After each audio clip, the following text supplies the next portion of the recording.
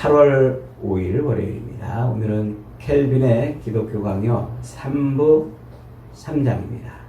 켈빈의 기독교 강요 3부 3장. 믿음에 의한 중생인 회개에 대한 이야기죠. 믿음에 의한 중생인 회개. 그것을 오늘은 유턴행진이라는 제목으로 같이 공부해 봅니다. 유턴행진. 유턴행진이라는 말 아시죠? 유턴하다. 자동차를 타고 가다가 길을 돌이킬 때, 가던 길을 돌이켜서 다시 되돌아갈 때 그것을 유턴한다 이렇게 말을 해요. 유턴한다. 자동차 운전할 때는 이 운전 표시들을 잘 보고 유턴해야 될 때 그 유턴 표시가 있는 데서 유턴을 잘 해야 되는 것이죠. 모든 인생, 우리의 인생은 인생이 하나님 앞에 복을 받기 위해서는 유턴을 잘해야 돼요. 항상 죄의 길에서 돌이켜 회개의 길로 돌아서야 된다 하는 것이죠. 유턴한다 이 말은 곧 회개한다 이런 의미입니다. 자, 먼저 믿음과 회개의 관계를 한번 살펴봅니다. 회개. 믿음이 먼저일까요? 아니면 회개가 먼저일까요? 우리가 하나님 앞에 회개를 하면 하나님이 믿음을 부어주시는 걸까요? 아니면 하나님이 믿음을 부어주셔서 회개가 일어나는 것일까요? 요 관계. 사람들이 은근히 잘 몰라요. 의외로 이것을 헷갈리기도 합니다. 회개는 믿음의 결과입니다. 그러니까 하나님이 우리에게 은혜를 부어주시고 구원의 복을 주셔서 그래서 내 마음에서 뭐가 일어나요?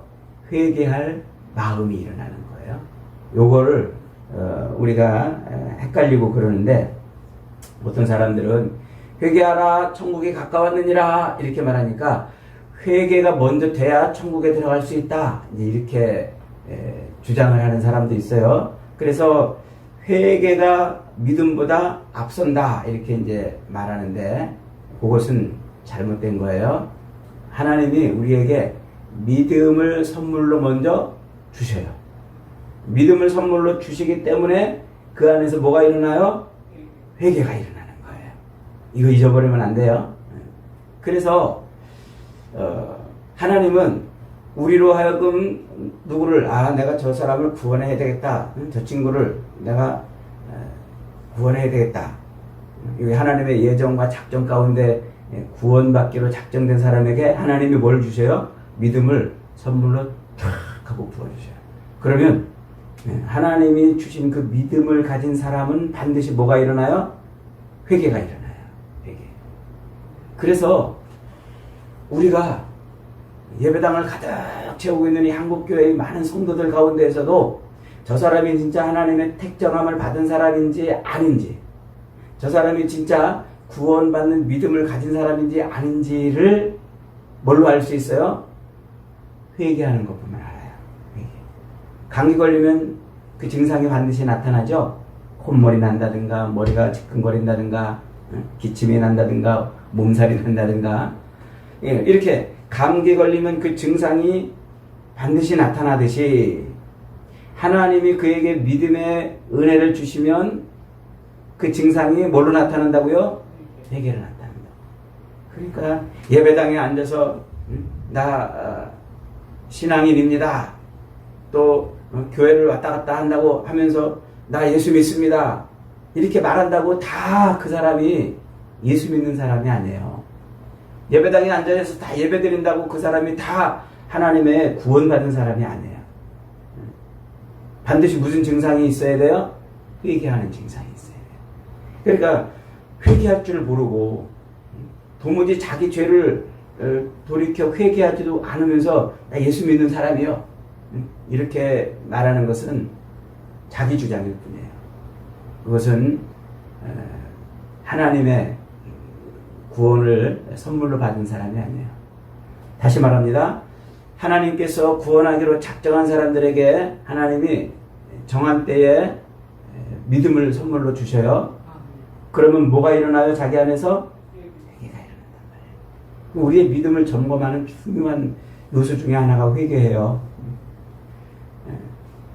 믿음의 길로 간다고 말하면서 회개가 일어나지 않으면, 돌이키는 회개가 일어나지 않으면 어떻게 믿음의 길로 가겠어요?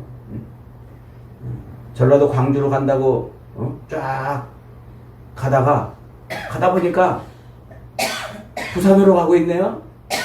그러면 옆에 앉은 사람이, 이 친구야 지금도 부산으로 가고 있어, 이런 것 때문에 부산으로 가고 있어, 이렇게 알려주면 그 사람이 내가 지금 길을 잘못 들었구나. 그러면 어떻게 해야 돼요? 돌아가야 돼요. 돌아가야 돼. 아니, 돌아가지 않고 그냥 계속 가면서, 아니야, 그래도 이 길로 가는 게 광주로 가는 길이야, 이러고 계속 가면 어디 가요? 돌아가지 못하면, 돌이키지 못하면 끝내 믿음의 길이 아닌 엉뚱한 길로 가는 거예요. 그래서 믿음의 사람들에게 반드시 일어나는 게 뭐냐면 회개라는 거죠. 우리가 다른 사람들이 저 사람이 진짜 믿는 사람인지 아닌지 다 판단할 수는 없어요. 그 믿음은 절대적으로 그 사람과 하나님과의 관계에서 일어나는 일이기 때문에 그래요. 그러나 우리가 대강은 알 수 있어요. 뭘로 알 수 있어요? 저 사람이 죄의 길에서 돌이켰는지 안 돌이켰는지. 맨날 죄를 짓고 있으면서 회개하지 않으면, 돌이키지 않으면 그는 믿음의 길을 가고 있는 것이 아닙니다. 그래서 우리가 항상 믿음 생활할 때 우리 안에서 일어나는 이 하나님의 은혜의 작용을 무시하면 안 돼요.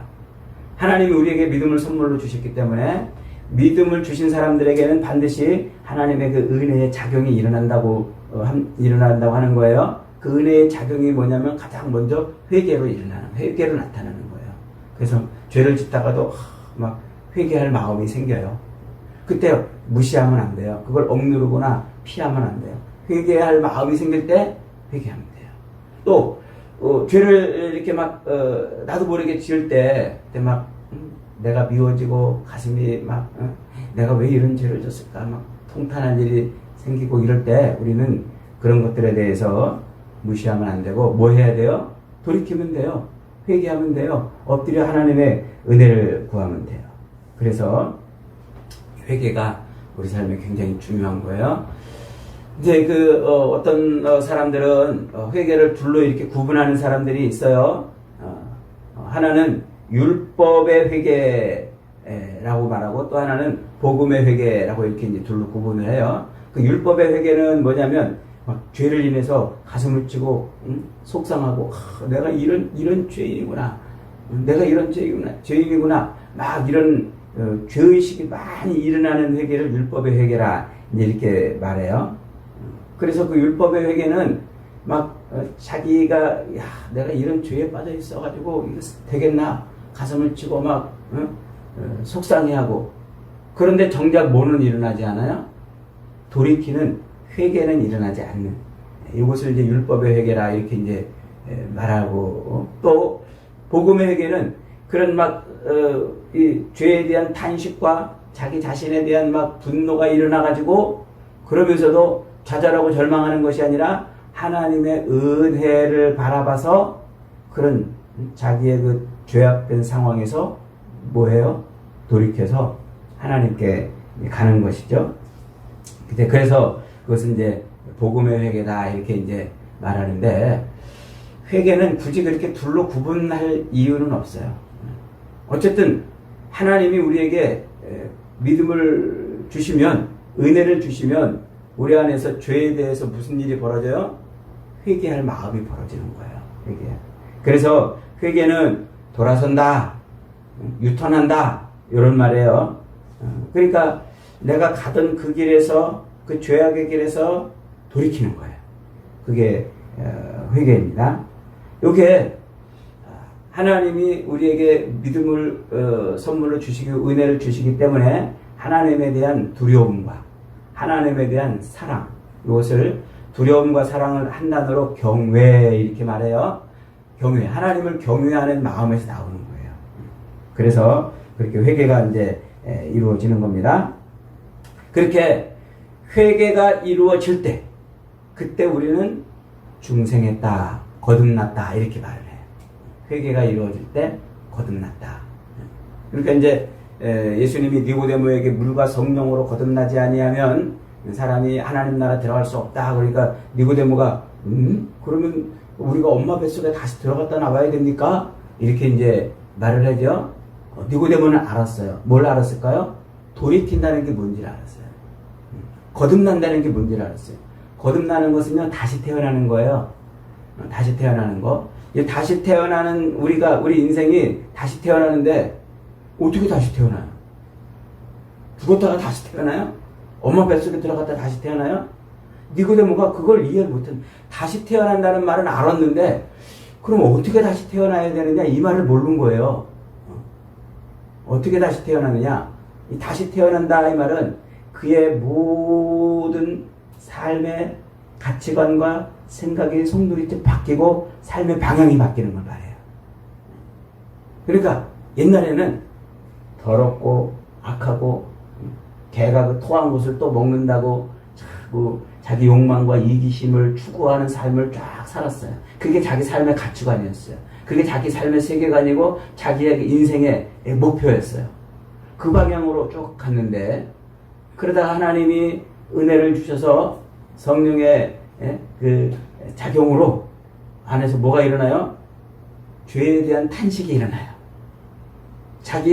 내가 이렇게 살다가는 안 되겠어 하는 그런 탄식이 믿음이 들어온 사람에게 일어나요. 그러면 거기서 뭐예요?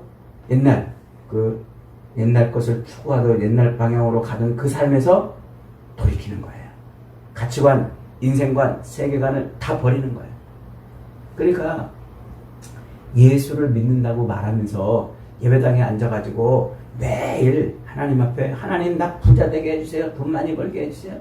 나 편안하게 해주세요. 떵떵거리며 높아지고 이런 거 누리게 해주세요. 이것도 옛날 생각에서 조금 더 안 바뀐 거예요. 예수 안 믿는 사람이나 예수 믿는 사람이나 다 그런 똑같은 생각 갖고 있으면요, 그게 예수 믿는 사람이라고 말할 수 있어요. 세상 사람들 보세요. 다 예수 안 믿는 사람들도요, 이 땅에서 잘 먹고 잘 살고 싶어요. 다. 우리도 그러고 싶죠. 예수 믿는 사람도. 그러나 예수 안 믿는 사람하고 차이점은 뭐예요? 예수 안 믿는 사람은 그 길을 돌이키지 못하고 그냥 가요. 죽을 때까지 그렇게 살아요. 그래서 조금이라도 더 많이 갖고 높아지려고 저것을 죽여서라도 남의 것을 빼앗아서라도 내 것을 만들고 싶고 저것을 죽여야 내가 산다고 생각하면 그렇게 사는 거예요. 근데 예수 믿는 사람들은 이제 그게 아니고 내가 죽어 너를 살리는 삶으로 바뀌는 거예요. 그래서 옛날에는 돈이 최고였고 옛날에는 자기 이익과 자기 욕망 채우는 게 최고였는데 이제는 누가 최고예요? 예수님이 최고예요. 그리고 예수를 믿고 살고 예수님처럼 섬기고 살고 예수님처럼 그렇게 내가 죽어 너를 살리는 삶을 사는 게 최고라고 여기는 거예요. 가치관이 완전히 바뀌어버리는 거예요. 인생관이 완전히 바뀌는 거예요. 이렇게 돌아서는 거. 그게 뭐예요? 그게 회개란 말이에요. 근데 예수 믿는다고 예배당에 앉아가지고 내 욕망과 이기심과 욕심을 버리고 나를 죽이고 십자가를 지고 사는 게 아니라 주님 나를 더 높여주세요. 더 많이 갖게 해주세요. 이런 기도하는 사람은 그건 가치관이 바뀐 거예요? 안 바뀐 거예요? 안 바뀐 거란 말이에요. 그래서 예수님이 그러는 거예요. 마지막 때에 주님, 내가 주님의 이름으로 선지자 노릇하고 주님의 이름으로 귀신을 쫓아내고 주님의 이름으로 많은 권능을 행하지 아니하였나이까 하리니 그때에 내가 그들을 불법을 행하는 자들아 내게서 떠나가라 하리라 이렇게 말한단 말이에요.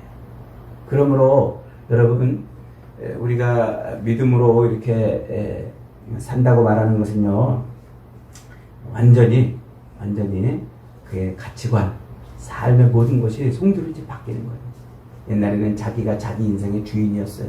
근데 지금은 예수님이 내 인생의 주인이 되는 거예요. 내 모든 삶의 통치자가 나였는데 이제는 삶의 주권을 누구한테 돌려드리는 거예요? 예수님께 돌려드리는 거예요. 그게 회개입니다. 이 회개가 일어나는 사람이 곧 믿음의 사람이고 그가 곧 구원받은 사람이에요.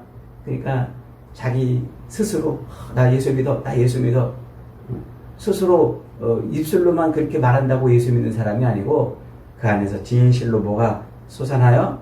회개할 마음이 솟아난단 말입니다. 자, 그 다음에 그 회개는 한 번 회개한 성도는 그 다음에 다시 회개 안 해도 될까요? 아니면 다시 또 자꾸 회개를 해야 될까요?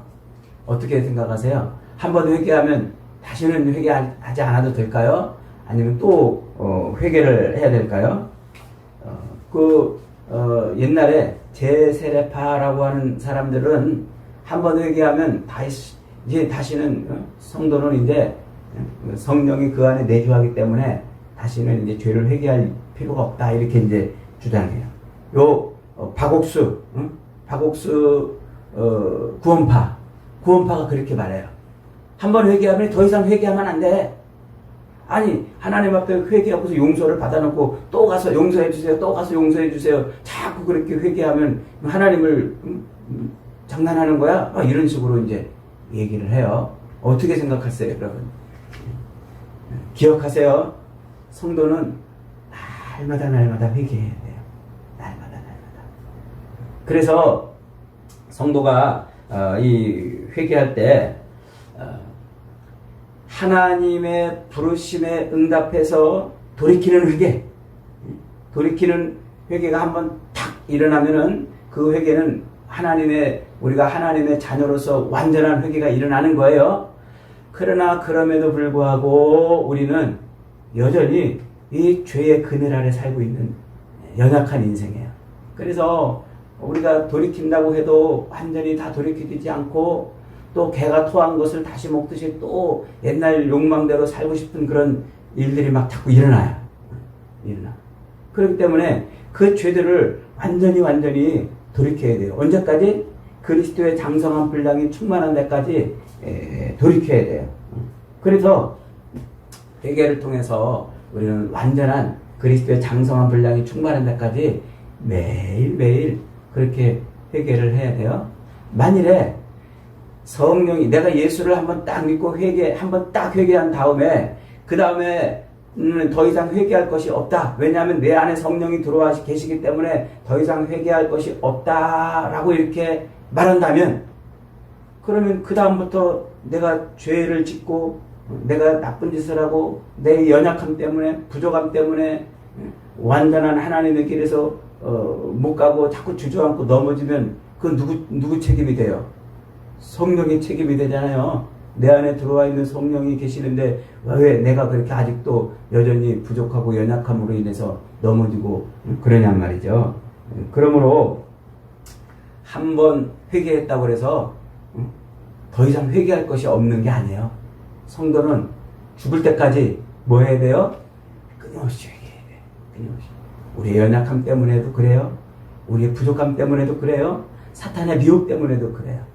그래서 우리는 늘 하나님의 은혜를 구해요. 주님, 이대로 내버려 두시면 우리는 죽습니다. 나를 이대로 내버려 두시면 나는 죽습니다. 늘 그렇게 회개를 해야 돼요. 그래야 우리 삶이 늘 하나님의 은혜에 사로잡히는 거예요. 그래야 내 안에 들어와 있는 성령이 나를 점점 지배하고 성령이 점점 나를 크게 지배하면 그걸 성령 충만이라고 그래요.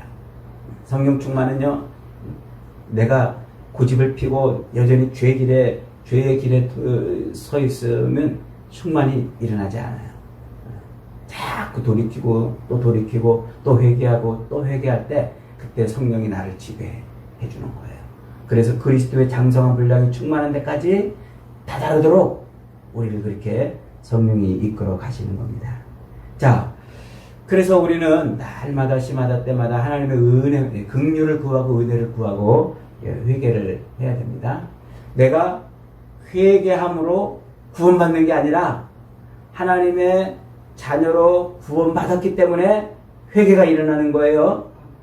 그래서 우리는 하나님의 자녀의 이 중요한 증상 중에 하나인 회개, 날마다 엎드려 은혜를 구하면 하나님이 우리를 불쌍히 여기시고 긍휼히 여겨주시고 예수 그리스도의 그 보혈의 은혜로 날마다 덮이게 해요. 그래서 우리의 죄를 자꾸 씻어내시고 덮어주시고 하나님 앞에 그렇게 의인의 모습으로 나갈 수 있게 해주는 겁니다. 저와 여러분은 날마다, 시마다, 때마다, 일마다 믿음의 은혜는 회개를 열심히 하여서 하나님의 그 풍성한 은혜에 사로잡히는 복된 인생들이 다 되시기를 주님의 이름으로 축복합니다. 아멘.